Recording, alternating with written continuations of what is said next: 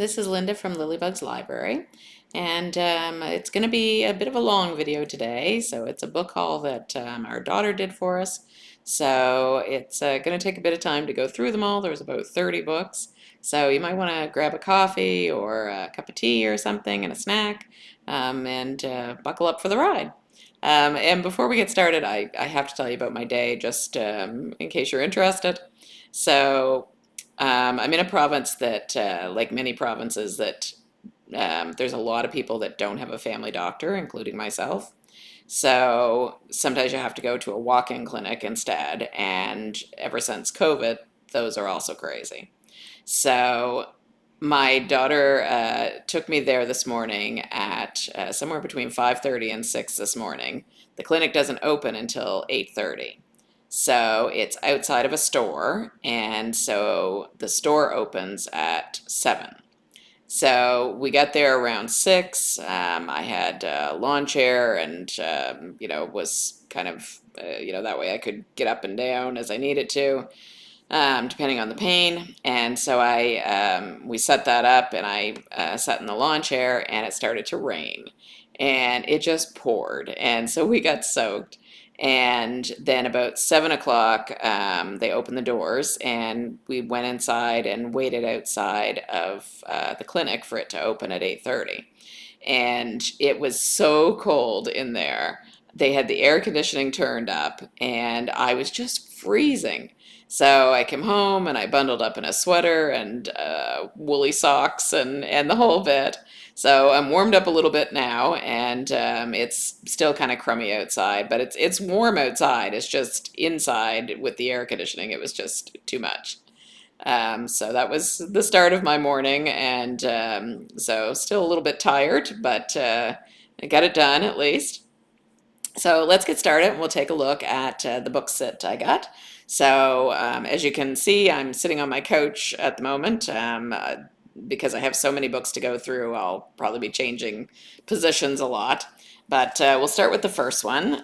So the first one is called Rita Mae Brown and the Sneaky Pie Brown. And then it says, it takes a cat to write the perfect mystery. And it's called Hiss of Death, a Mrs. Murphy mystery. So I think Hiss of Death is the name of it. I'm not sure what all the first part was that I said. But there's the book. And it says, spring. The brighter days and singing birds have a way of lifting people's spirits, as well as those of their animal companions. But the season can also bring out the first blossoms of murder. As the redbuds open in Crozet, Virginia, Mary Minor, Harry Harristine, is especially excited until a health crisis sends her reeling into the forbidding world of hospitals and doctors, treatments and procedures. Surviving this journey will be tough, but Harry has her animal friends, and her ever-helpful husband, Fair, to support her. Others are considerably less fortunate. A promising nurse's lifeless body is discovered without a mark on it. Then another hospital employee who has seemed in perfect health is also found dead. There's a mystery afoot, and that's one thing Harry and her menagerie can't keep their noses out of. So that sounds interesting. All right, and the next one is How to Murder a Millionaire. It's a Blackbird Sisters mystery, and apparently it's the first one in the series. So, sorry, I'm sitting. There we go. All right, and this one's by Nancy Martin, and it says, My parents blew the country for a sunny resort that catered to American tax evaders, leaving the family art collection to my sister Emma and the furniture to my sister Libby.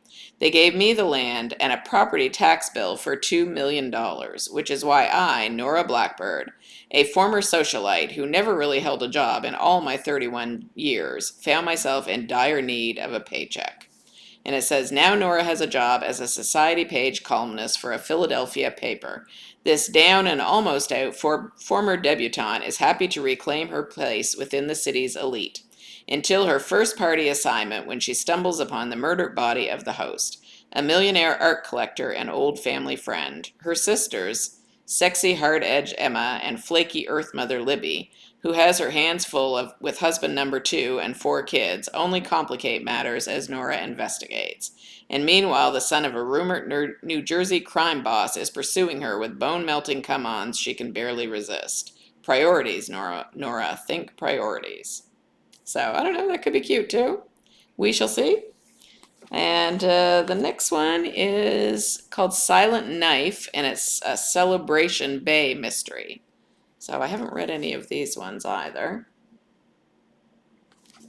It's a nice cozy look to it, little dog looking in the window there. And it says, it's Liv Montgomery's first Christmas out of Manhattan and in Celebration Bay. They've got a tree to rival Rockefeller Center's, but this year's holidays are turning out to be a disaster. As the small town's event planner, Liv wants everything to be perfect. Unfortunately, the local Christmas shop has been replaced by the gaudy Trim-a-Tree, complete with tacky ornaments and a new replacement Santa, who isn't spreading any cheer. At the town's annual celebration of lights, Trim-a-Tree is the only shop left unlit. Liv, furious, goes to investigate and discovers something else less festive. The store's new Santa has been murdered. Small-town gossip begins to stir, and Liv must clear the name of the previous town Santa just in the nick of time before the real killer ruins Christmas. So that one sounds good. I like a nice Christmas mystery.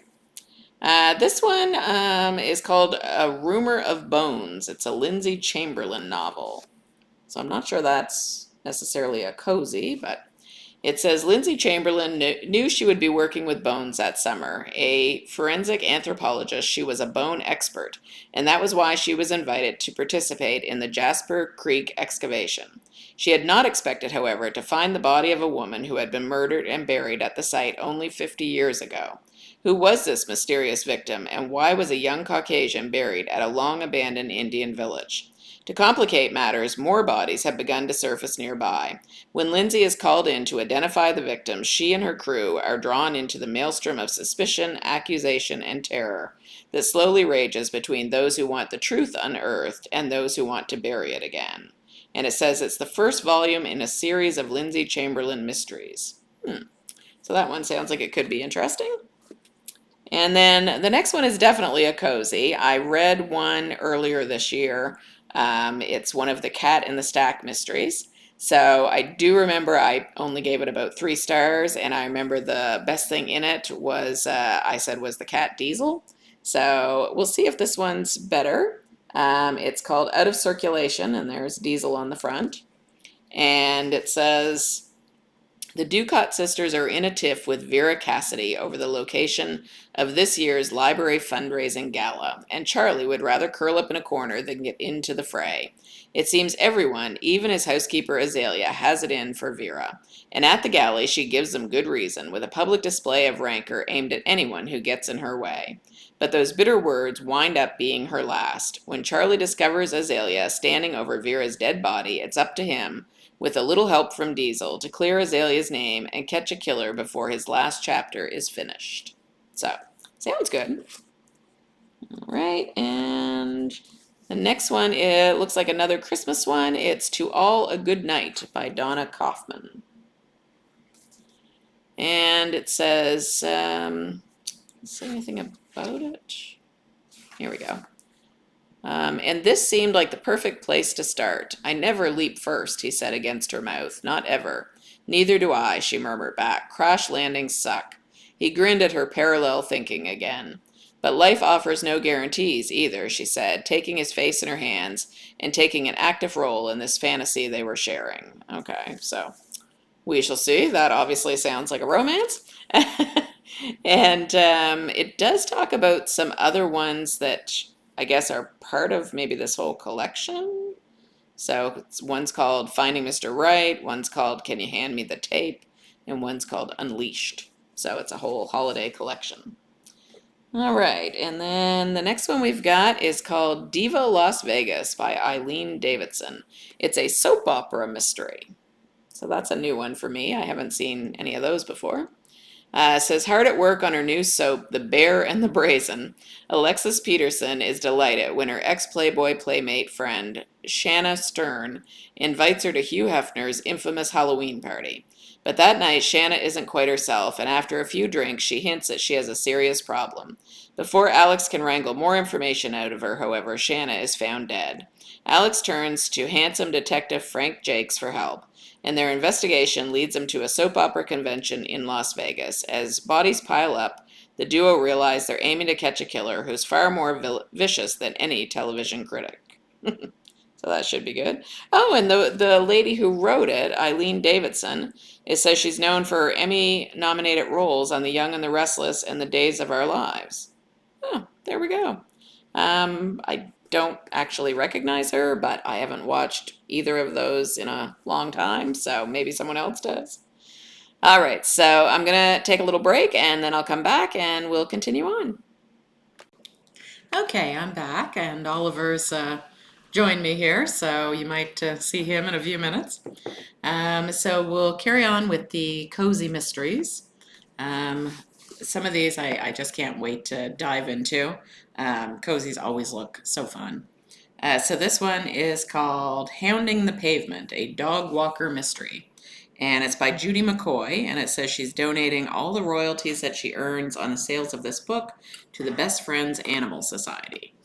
And so here's what it looks like, all the little dogs.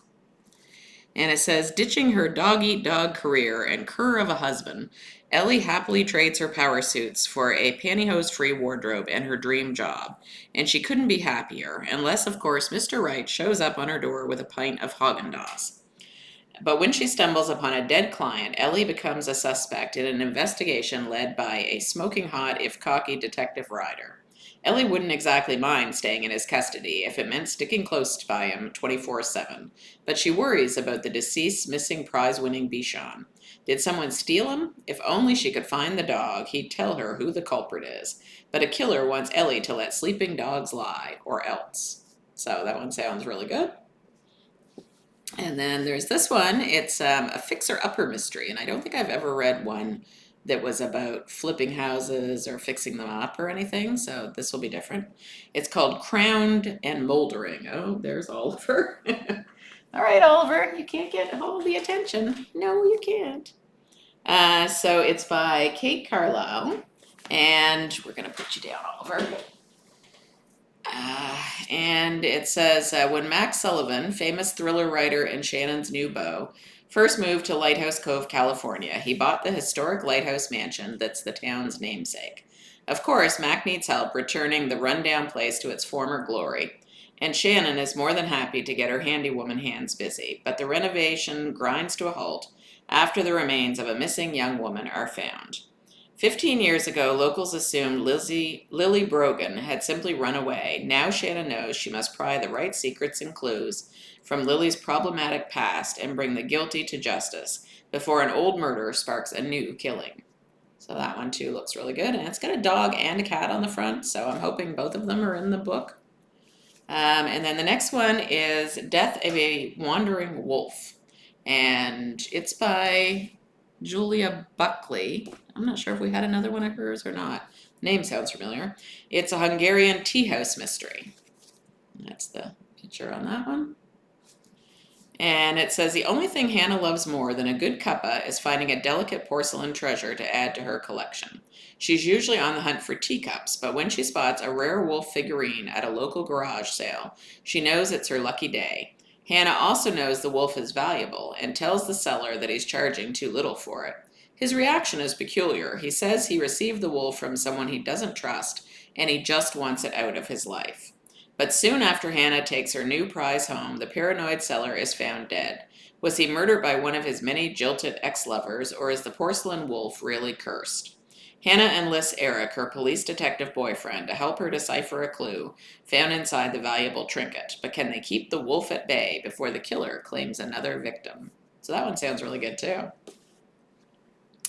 And this one I'm looking forward to. I'll probably read it around Halloween time. So it's called It's Your Party, Die If You Want To. And look, it looks very Halloween-y. And it's written by Vicky Fee, and it says, A Live and Die in Dixie Mystery. And live is L-I-V, and die is D-I for the ladies in the book. So it says, between a riverboat gambler theme engagement party and a murder mystery dinner for charity, Dixie, Tennessee party planner Liv McKay is far too frenzied to feel festive. Add to the mix her duties at the annual businesswoman's retreat and the antics of a celebrity ghost hunting diva, and Liv's schedule is turning out to be the scariest thing about this Halloween, especially when the ladies stumble across a dead body in a cemetery. Morgan Robison was a party girl with a perchance for married men and stirring up a cauldron of drama. Any number of scorned wives or frightened philanderers could be behind her death. As Liv and her best friend Di set out to dig up the truth, they'll face the unexpected and find their efforts hampered by a killer with one seriously haunting vendetta. So that one sounds really exciting. And then my daughter got some old favorites for me. She got two Nancy Drew books, The Message in the Hollow Oak, and the other one was The Moonstone Castle Mystery. And then 3 Trixie Belden mysteries, which I didn't even know you could find anymore. The Mystery of the Blinking Eye, The Marshland Mystery, and The Mystery in Arizona. And so they all look really good, and I'm excited to read them because I really want to know if I still like them after all this time, if there's wording and themes in it that we wouldn't do any longer. It'll be interesting to kind of go back in the past and see what those are like. So looking forward to those. The next one is called, it's part of the Mother, I've got cat hair all over me now, part of the Mother-Daughter Book Club. It's called Pies and Prejudice by Heather Vogel Frederick. So that one looks interesting. Better look at it here. And it says, Emma's family is moving to England. They are going to swap houses with an English family for 1 year. The book club members are crushed until they come up with a fitting way to keep the book club alive. They will read Jane Austen's Pride and Prejudice, and Emma will join them via video phone. The switch isn't easy. In England, Emma encounters Annabelle, a queen bee who makes her life miserable. Back in Massachusetts, Annabelle's cousins are staying in Emma's house and causing problems for everyone. Meanwhile, the book club cooks up a plan to bring Emma home, and it turns into a thriving business, Pies and Prejudice. But if their sweet scheme comes up short, will the girls ever be together again? That sounds good. I would say it's probably a middle grade, but I'm not really sure. There are other books that she's written. Trying to read them off the back here. Much Ado About Anne, which could be Anne of Green Gables, maybe. Dear Pen Pal, Home for the Holidays, and I think the first one was maybe just called the Mother-Daughter Book Club. But yeah, there's a few on the back that they show, so some of those sound like they'd be really good as well.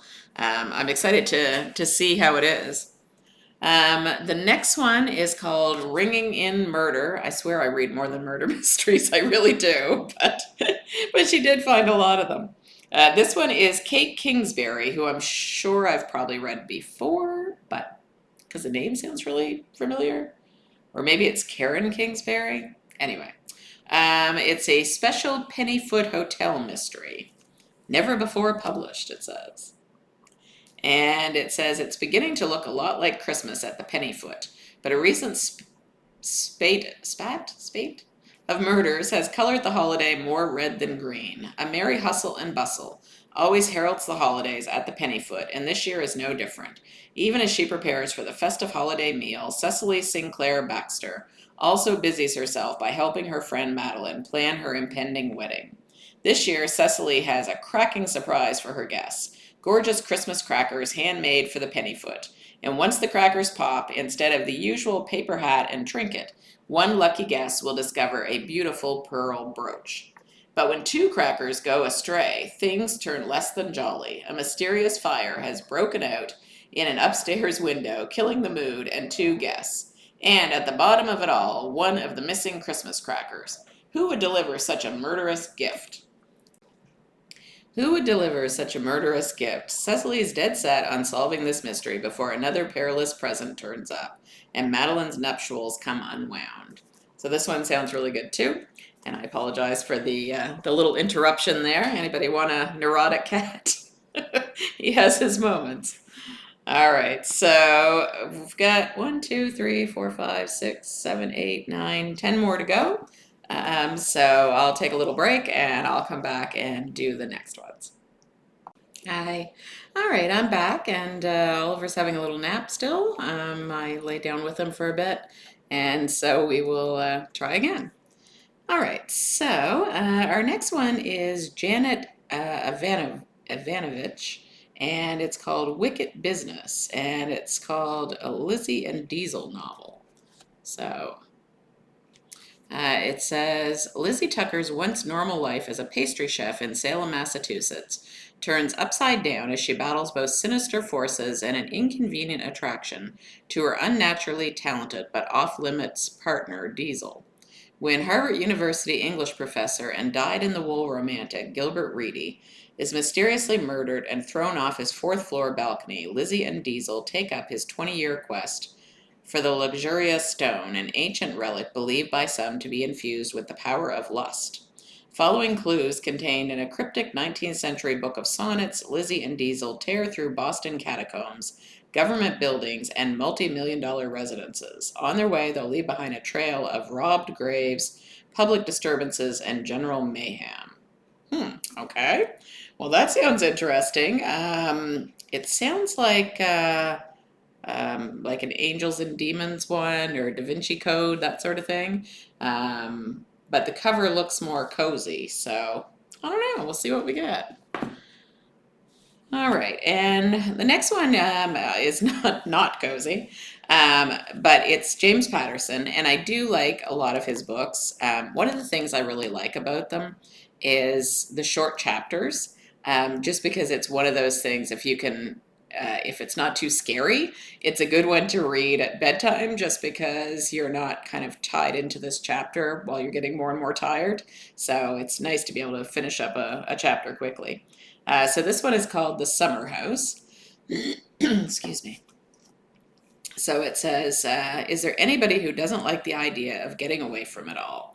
But seclusion can have its dark side. Take the summer house, once a luxurious getaway on a rustic lake in small town Georgia, then a dilapidated crash pad, and now the grisly scene of a nighttime mass murder.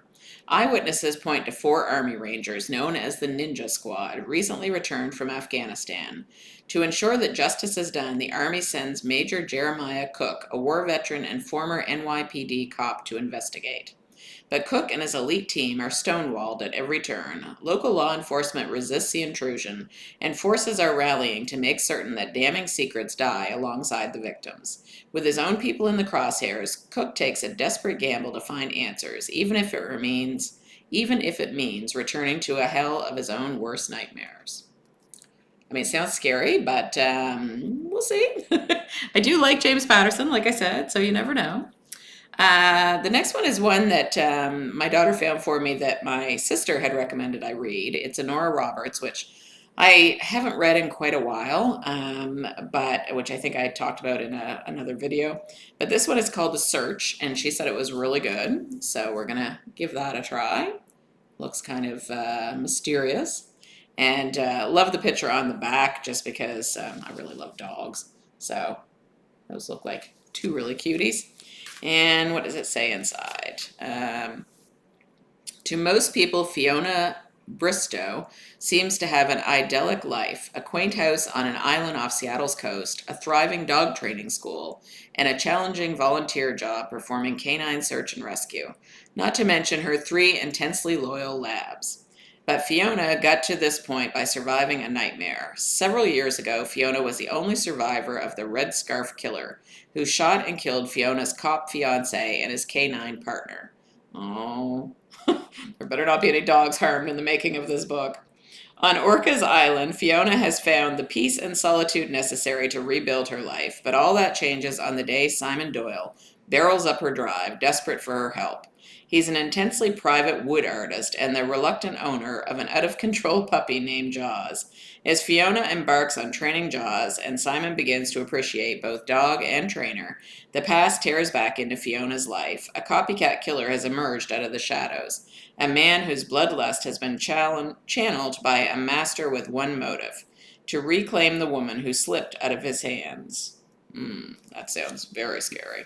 So I don't know. I'm hoping it's not the guy whose dog she's training, but you never know, right? So we'll do a couple more and then we'll take another break. So it's so funny. This one, there's nothing on it to identify anyone. But this is actually, I found a ticket for Air Canada in one of the books. So it was kind of like, it's not an actual ticket, it's like a baggage claim sort of thing. So the next two, this one she thought I'd like. It's called Druids. It's Mysterious Rites Ruled the Celtic World. So, so let me see. Mine was the vast dark sky and the spaces between the stars that called out to me. Mine was the promise of magic. So spoke the young Celt Ainvar, centuries before the enchanted age of Arthur and Merlin. An orphan taken in by the chief druid of the Carnutes in Gaul, Ainvar's talents would lead him to master the druid mysteries of thought, healing, magic, and the sway of battle, and they would make him a soul friend, the dazzling prince something that I can't pronounce. The two youths were as different as fire and ice. So anyway, this is a fantasy novel called Druids, and it was by Anne McCaffrey, which I feel like I've heard of her too. Maybe I just think I hear of these people, but some of their names sound so familiar. And this one I have been looking for ages, thinking of reading it, and I'm excited to read this one. It's called Dewey the Library Cat, a true story. So, and he looks a bit like Oliver, a little fluffier. And then it has some pictures in it as well, so it's got some cute pictures in the book that show Dewey. He's very cute. And it says, abandoned in a library book drop slot in the dead of winter, the small kitten who came to be known as Dewey Readmore Books miraculously endured the coldest night of the year. When librarian Vicky Myron found him in the morning, she wrapped him in her arms, gave him his first bath, and then introduced him to his new home, the library.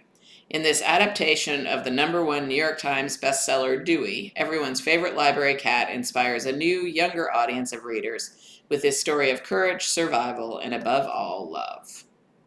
So this is, by the looks of it, it's like roughly a middle grade book. So yeah, it looks cute. And let's see, we've got 1, 2, 3, 4, 5 left. So I will do those in a little bit. And I will be back with you then. So I hope you're enjoying your coffee. I know this is a lot faster for you than it is for me. So it's good. Have a snack, and I'll see you in a moment. Okay, it's late afternoon now, so we've got a few more books to go through, so let's see if we can get finished them. So the next one is by Danielle Steele, and it's called Sisters. And I haven't read a Danielle Steele book in a long time either, so. And oh, she's got a cute dog too. What is with everybody and these cute dogs? Anyway, it says, let's see, a lot of reviews, but I was looking for something about the book itself. Do we have anything? I don't think we do. Anything in the back? Oh, here we go. Okay, 21-year-old Candy is blazing her way through Paris, New York, and Tokyo as fashion's latest international supermodel. Her sister Tammy, 29, has a job producing the most successful hit show on TV. In New York, oldest sister Sabrina, 34, is an ambitious young lawyer, while Annie, at 26, is an American in Florence, living for her art. One 4th of July weekend, as they do every year, the four sisters come home to Connecticut for their family's annual gathering. But before the holiday is over, tragedy strikes, and their world is utterly changed. Suddenly, four sisters who have been fervently pursuing success and their own lives come together to share one New York brownstone, to support each other, and to pick up the pieces while one sister struggles to heal her shattered body and soul. A bustling house is soon filled with eccentric dogs, laughter, tears, friends, men, and the kind of honesty and unconditional love only sisters can provide. But as the four women settle in, each is forced to confront the direction of their respective lives. Sounds like it could be good. So it's called Sisters. Sounds like they're all pretty successful women, doesn't it? in their careers anyway. Okay, the next one is one I've been looking forward to. It is very chunky, but hopefully good. It's called A Train in Winter. It says an extraordinary story of women, friendship, and survival in World War II by Carolyn Moorhead. And it says, on an icy morning in Paris in January 1943, 230 French women resistors were rounded up from the Gestapo detention camps and sent on a train to Auschwitz, the only train in the 4 years of German occupation to take women of the resistance to a death camp. Carolyn Moorhead's remarkable book is the story of these women. It's about who they were, how and why they joined the resistance, how they were captured, their journey to Auschwitz, and their daily life in the death camps, and what it was like for the 49 survivors when they returned to France. 6 of the women were still alive in 2010 and able to tell their stories of the great affection and camaraderie that took hold among the group. They became friends, and it was precisely this friendship that kept so many of them alive. A Train in Winter covers a harrowing part of history, but is ultimately a portrait of ordinary people, of bravery and endurance, and of the particular qualities of female friendship. So it sounds like this is actually maybe nonfiction as opposed to fiction. But anyway, either way, sounds really good. So there's that one. We've got a few more here. Miss Julia Meets Her Match by Anne Ross. So here's what that one looks like. And it says it has a bunch of books on the back. Apparently this Miss Julia is a series. And it has Miss Julia Hits the Road, Miss Julia Throws a Wedding, Miss Julia Takes Over, Miss Julia Speaks Her Mind. So it feels like maybe it's a bit older. Let me see if I can find a date on it here. 2004, so not that old.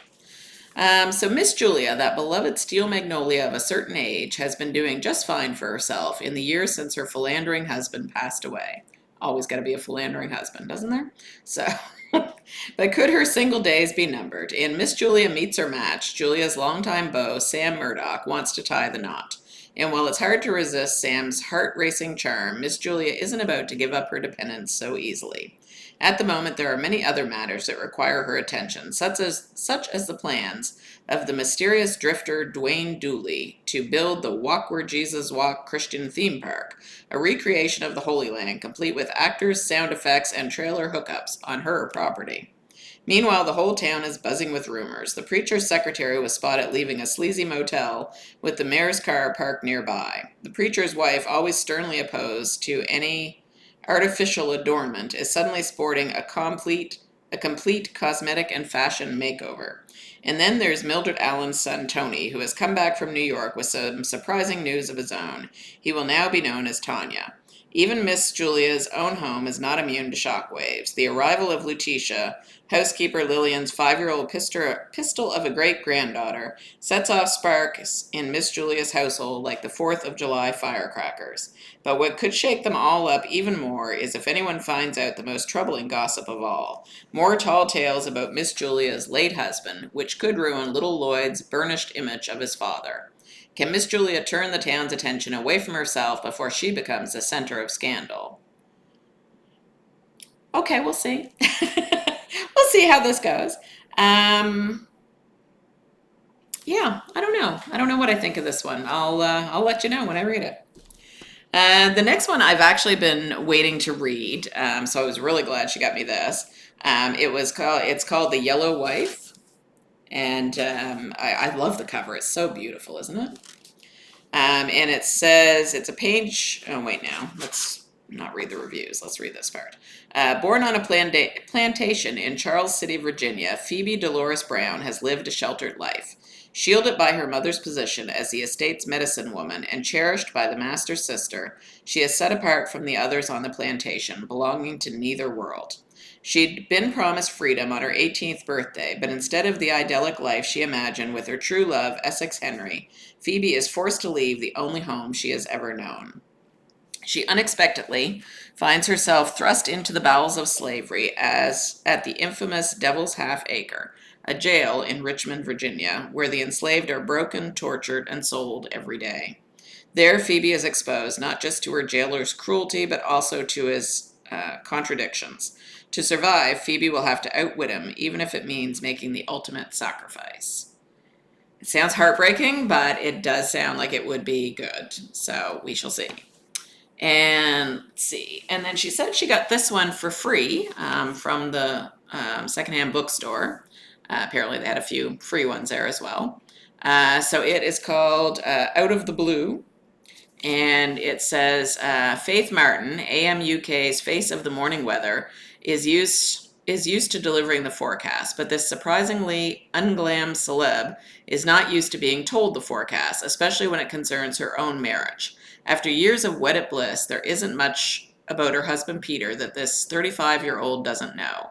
In fact, her quiet family life seems almost too comfy until a casual remark from Faith's ultra-glam best friend plants a seed of doubt that takes root and strangles all sense of Faith's contentedness.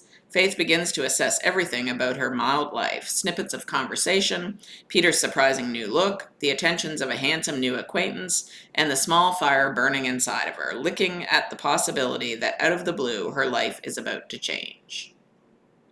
Could be good. Depends how many times they say things like ultra glam in the story. Not sure I don't know. Not my thing, but we'll see. And of course, I'm waiting to see if it's going to be another cheating husband story or, I don't care much for those. And then the last two are actually two that I got myself. One I ordered online, one I found downstairs in the bookshelf that's down there for everyone to lend books back and forth. So the one from downstairs is called Mr. Miracle by Debbie McComber, and it's a Christmas one. It says, Harry Mills is a guardian angel on a mission. Posing as a college professor, Harry intends to help 24-year-old Addie Folsom get her life back on track. And if the right moment strikes, help her find love. Addie is planning to earn her degree. What she doesn't plan to do is run into her next-door neighbor, Eric Simmons. Growing up, Eric never missed an opportunity to tease her. So when they're suddenly forced to spend Christmas together, Addie braces for trouble. Perhaps it's the spirit of the season or the magic of mistletoe, but Addie and Eric soon find they have more in common than they thought, and that two people who seem so wrong for each other might actually be just right. With a little prompting from a certain angelic teacher, the two are in for a holiday miracle they'll never forget. So that one sounds very sweet and nice and Christmassy.